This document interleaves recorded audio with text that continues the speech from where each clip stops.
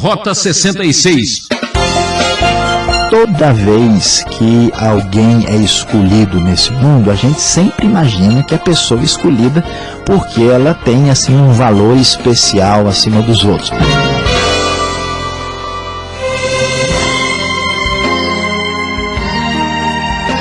Ouvinte Transmundial, é com muita alegria e satisfação que anunciamos o Rota 66 em uma nova fase de sua expedição. Hoje o professor Luiz Saião começa a examinar o Novo Testamento. Abrimos essa nova etapa do nosso desafio estudando o Evangelho de Mateus, capítulo 1, com o tema O Exame Pré-Natal. Será uma viagem fantástica, com muitos milagres, ensinos e mistérios. Embarque agora com a gente e venha conhecer o maior acontecimento da história da humanidade. Como pode o Deus Todo-Poderoso, Criador de todas as coisas, se preocupar com pessoas tão fracas e simples? Acompanhe a meditação do professor Luiz Saião. Rota 66. Meu amigo ouvinte, você tem acompanhado Rota 66 e agora nós estamos iniciando o estudo de Mateus, portanto, o primeiro livro do Novo Testamento, e vamos então começar a falar a respeito da pessoa de Jesus Cristo na chegada da nova aliança. Depois do final do Velho Testamento, no período ali do 5º século antes de Cristo, nós tivemos muitas mudanças no cenário aí da Palestina, passando do período persa para o período grego e agora já no período romano, com mudanças que nós faremos diversas observações para sinalizar essas mudanças históricas, religiosas e também de natureza social que serão importantes para compreender o texto sagrado. E chegando aqui ao Evangelho de Mateus, nós temos o primeiro Evangelho da Bíblia, que é historicamente atribuído a Mateus, mesmo que isso não esteja explícito no Evangelho. Toda a tradição da igreja primitiva, desde Papias, reforça isso com bastante clareza, e este Evangelho, apesar das diversas discussões possíveis, olhando para o seu conteúdo, sabendo que ele se baseou no Evangelho de Marcos e que ele cita aí a queda de Jerusalém no ano 70 de maneira profética, ele deve ter sido escrito um pouco antes do ano 70, apesar de alguns argumentos em contrário serem apresentados por diversos eruditos. Mas muito bem, o Evangelho de Mateus abre falando do nascimento do Messias, do Salvador, ou melhor, do rei messiânico Jesus. Ele então nos conta, a partir do verso 18, o seguinte: foi assim o nascimento de Jesus Cristo. Maria, sua mãe, estava prometida em casamento a José, mas antes que se unissem, achou-se grávida pelo Espírito Santo. Por ser José, seu marido, um homem justo e não querendo expô-la à desonra pública, pretendia anular o casamento secretamente. Mas depois de ter pensado nisso, apareceu-lhe um anjo do Senhor em sonho e disse: José, filho de Davi, não tema receber Maria como sua esposa, pois o que nela foi gerado procede do Espírito Santo. Ela dará à luz um filho e você deverá dar-lhe o nome de Jesus, porque ele salvará o seu povo dos seus pecados. Tudo isso aconteceu para que se cumprisse o que o Senhor dissera pelos profetas: a virgem ficará grávida e dará à luz um filho e lhe chamarão Emanuel, o que significa Deus conosco. Ao acordar, José fez o que o anjo do Senhor lhe tinha ordenado e recebeu Maria como sua esposa, e não teve relações com ela enquanto ela não deu à luz um filho, e lhe pôs o nome de Jesus. Nós vamos encontrar a primeira descrição bíblica a respeito do Natal. Como todo mundo conhece bem, Jesus aqui nasce de maneira milagrosa, extraordinária, pelo poder do Espírito Santo, sendo que Maria, sua mãe, ainda não tinha tido qualquer contato físico com José, mas por causa do poder do Espírito de Deus, por ser Jesus o Deus encarnado, ele nasce milagrosamente e a sua missão está clara: ele salvará o seu povo dos seus pecados. E aqui nós vemos o texto enfatizar aquilo que havia sido profetizado em Isaías 7,14, que a virgem haveria de ficar grávida e dar à luz um filho, e o seu nome é Emanuel, Deus conosco. Pois é, esta é a história, a primeira história bíblica do Natal. Mas vamos fazer aqui um exame pré-natal. O que aconteceu antes desse Natal? Enquanto Maria esperava Jesus nesta ocasião pré-natal, do outro lado, vamos ver qual é a intenção de Mateus na primeira parte do capítulo 1. É interessante prestar atenção e descobrir que Mateus tem a intenção de apresentar Jesus particularmente para os judeus. Provavelmente uma das principais razões deste evangelho é mostrar para os judeus da época que estavam examinando a mensagem de Cristo, para mostrar a eles que ele de fato era o rei messiânico esperado, o rei davídico das profecias do Antigo Testamento. Por isso é tão importante apresentar uma linhagem genealógica, uma linhagem real neste exame pré-natal. O que vemos aqui? É importante destacar: Jesus é filho de Davi, filho de Abraão, ou seja, ele está ligado diretamente aos patriarcas, aos pais do passado, ao rei Davi. Ele é herdeiro das promessas e das alianças antigas. E então, numa lista que vai completar 42 gerações divididas de 14 em 14, em 3 grupos de 14, Mateus apresenta aí uma espécie de seleção, de escalação da antiguidade, e os destaques são interessantes. Nós vemos Abraão, Isaac, Jacó, os patriarcas, que eram pessoas, na verdade, trabalhadas pela graça de Deus na sua história.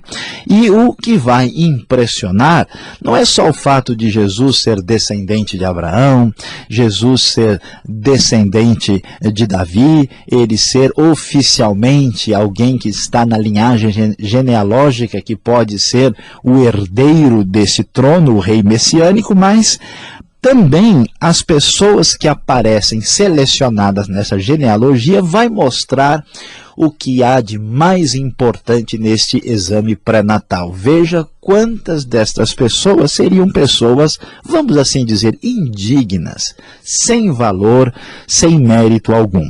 Os próprios patriarcas: Abraão era um idólatra na Mesopotâmia, Jacó era uma pessoa cheia de problemas e dificuldades familiares. É interessante que dos filhos de Jacó, quem que aparece aqui selecionado nessa genealogia? Exatamente Judá. Judá é aquele que tem uma história complicadíssima lá em Gênesis capítulo 38 com a sua nora Tamar. E é exatamente o nome de Tamar que aparece aqui. Aliás, em vez de apresentar o nome das mulheres, referência assim da antiguidade, os nomes das mulheres que aparecem aqui surpreendem, especialmente o leitor mais religioso daqueles tempos. Veja que aparece Tamar, que era exatamente esse caso de relacionamento de irmão com irmã, ainda que fosse irmãos parciais. A Tamar que gerou Pérez, lá no versículo 3. Depois a próxima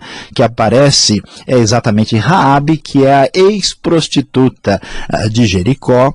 Nós vemos que a próxima é Ruth, que é a moabita que voltou com Noemi, a nora de Noemi, que vai se casar com Boaz, conforme podemos observar no Antigo Testamento. Depois vamos ver a a referência a Salomão, e a frase é clara: cuja mãe tinha sido mulher de Urias. Pois é, o nascimento de Jesus é estranho e está sob suspeita.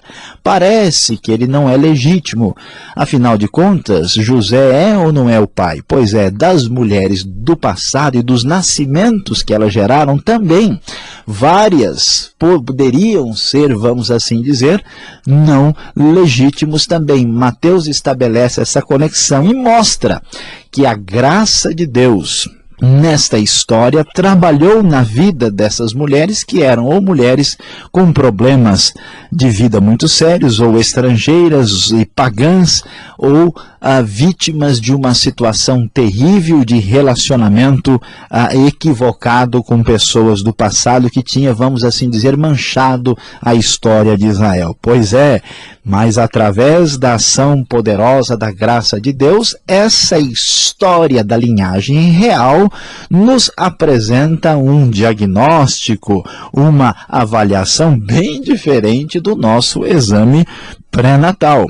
E assim, esta linhagem genealógica vai adiante, citando vários nomes, merece destaques, alguns assim assustadores, como Manassés, como Amon.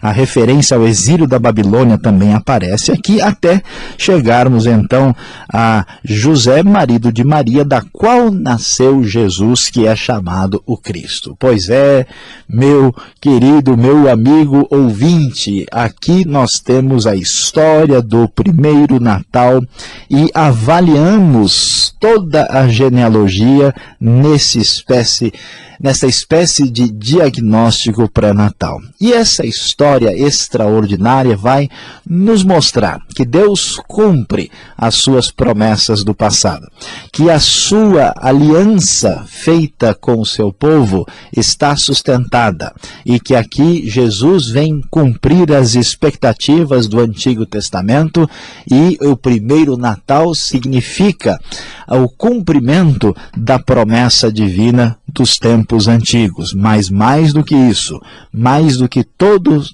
estes detalhes proféticos, mais do que o poder de Deus de encarnar na realidade humana para trazer salvação, nós temos aqui o que há de mais extraordinário. Deus constrói a sua história, marcada por tantas vitórias, através de histórias de fracassos e de fragilidade de erros humanos. Através dos cacos da história humana, a história divina de redenção é construída. Esta sim é uma história fenomenal, extremamente real, quando observamos a primeira história natalina da Bíblia fazendo este exame pré-natal.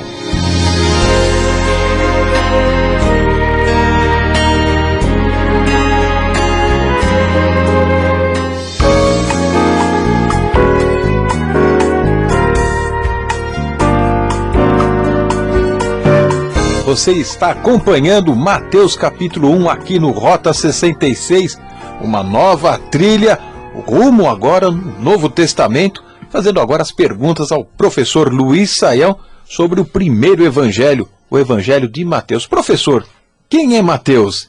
Ele era apóstolo, e por que ele usou outras fontes para escrever o seu evangelho, uma vez que ele viveu e conviveu naquele ambiente? Olha, pastor Alberto, Mateus, sem dúvida, era um dos apóstolos, e nós temos uma referência mais clara a respeito dele no próprio capítulo 9 do livro, também lá em Marcos capítulo 2, ele era um cobrador de impostos, alguém que trabalhava para o governo romano cobrando impostos dos próprios judeus. Ele também é chamado de Levi. E ele apresenta este evangelho bem da perspectiva judaica. Por que Mateus teria usado outras fontes? Nós, quando estudamos com detalhes os evangelhos chamados sinóticos, Mateus, Marcos e Lucas, que são semelhantes, a gente descobre que grande parte do que está em Mateus está em Marcos também. Vamos nos lembrar que, embora estes evangelistas, né, e apóstolos aqui tenham sido usados pelo Espírito de Deus, isso não significa que eles abandonavam qualquer ideia de pesquisa, de ir atrás de uma informação objetiva. O que dá credibilidade ao Novo Testamento, a Bíblia, é exatamente esse trabalho sério que é feito, por exemplo, de maneira ainda mais especial por Lucas. Portanto, Mateus fez a sua pesquisa devida para que a sua obra fosse de fato bem firmada e calcada aí na realidade.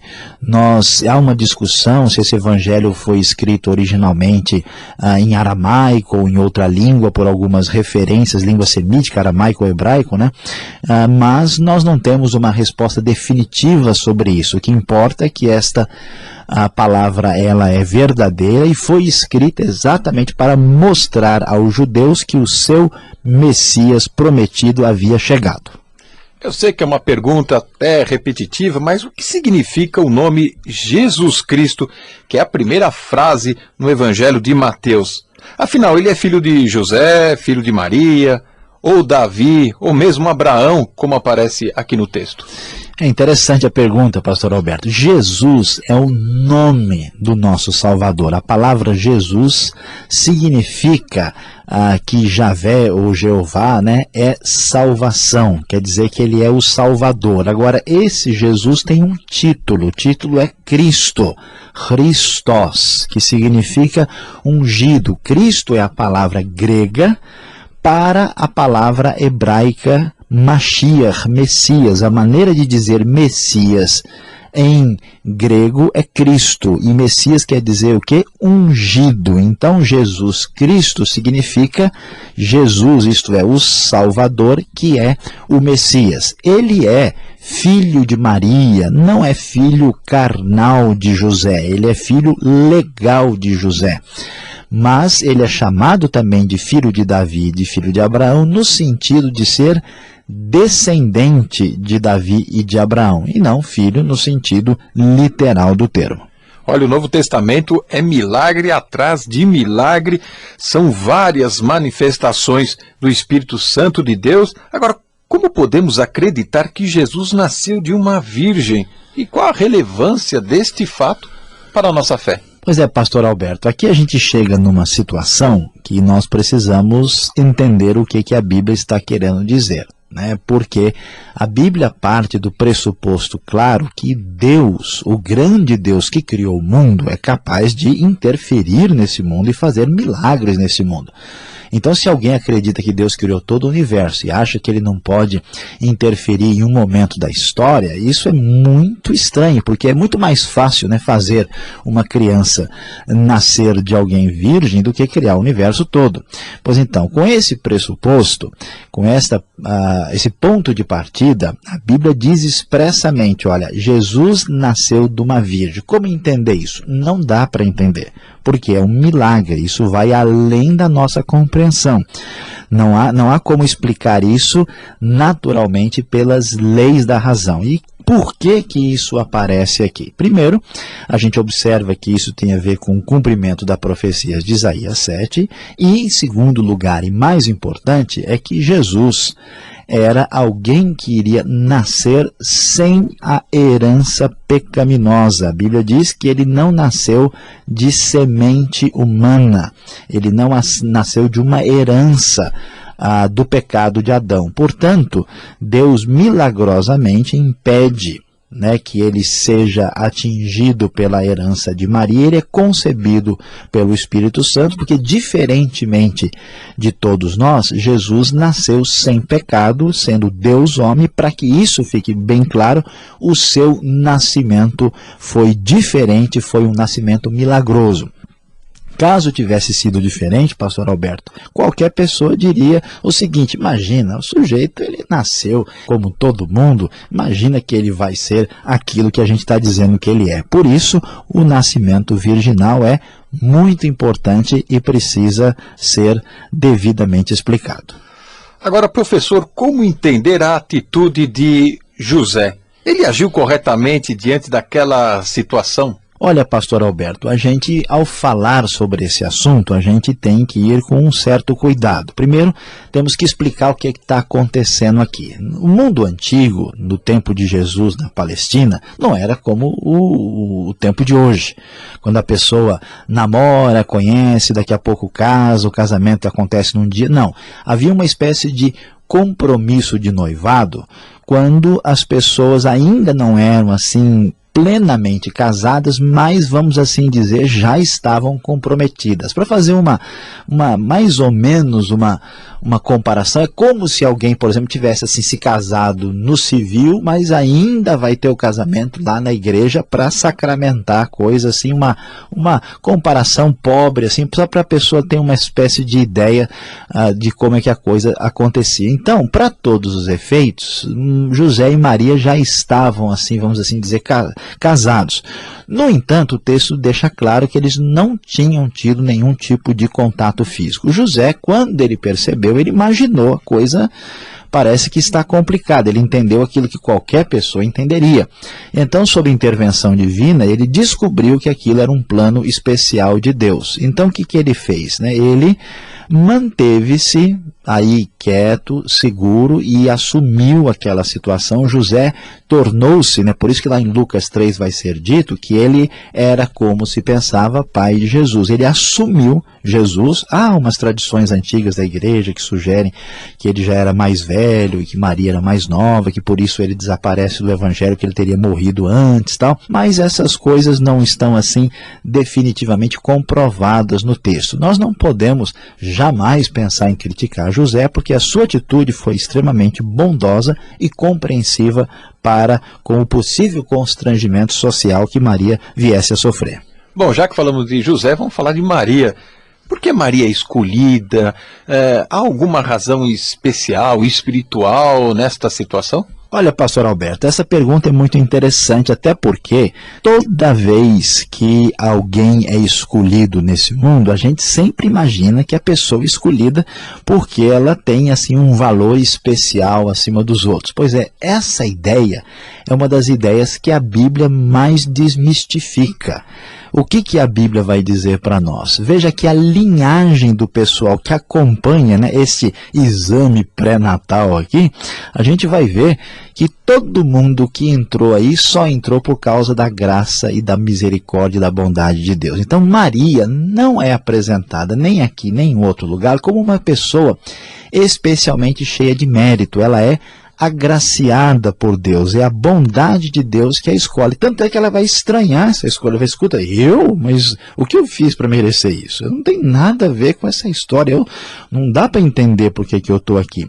E é importante destacar que a gente deve ter um grande respeito, uma valorização muito grande pela mãe do nosso Salvador, a mãe humana dele, sem dúvida alguma, mas fica claro que Maria diz, olha, José não a conheceu, não a teve qualquer envolvimento com ela, não teve relações com ela, como diz a NVI, enquanto ela não deu à luz um filho. Mais tarde, lá em Marcos 6, nós vamos saber, Maria teve outros filhos também, e ela foi uma pessoa abençoadíssima, não pelos seus méritos, mas pela graça tremenda e a bondade grandiosa do nosso Deus. Você já sentiu que esta série vai mexer muito com você e com a sua vida. Agora, a aplicação desse estudo para você.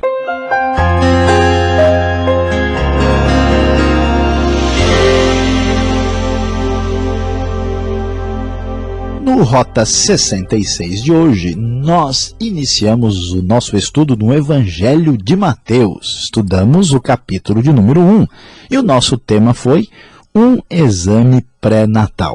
Pois é, você viu como foi o nascimento milagroso e especial de nosso Senhor e Salvador Jesus Cristo.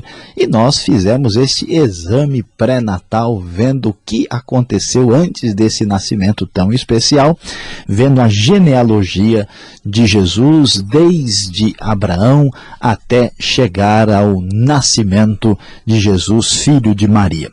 E aqui nós vemos algo tão extraordinário e especial. Deus construiu a sua história através de pessoas frágeis, pecadoras, que cometeram tantos erros, e no meio desses erros e dessas falhas Ele trouxe a sua grande salvação. Meu querido ouvinte, aqui está a grande lição. Deus constrói sua história de salvação da humanidade a partir de histórias de pessoas fracas e humanas que tinham fracassado de verdade. Encerramos o programa Rota 66 de hoje. Voltaremos neste mesmo horário com mais estudo da vida de Jesus. Confira! Esta é mais uma realização transmundial.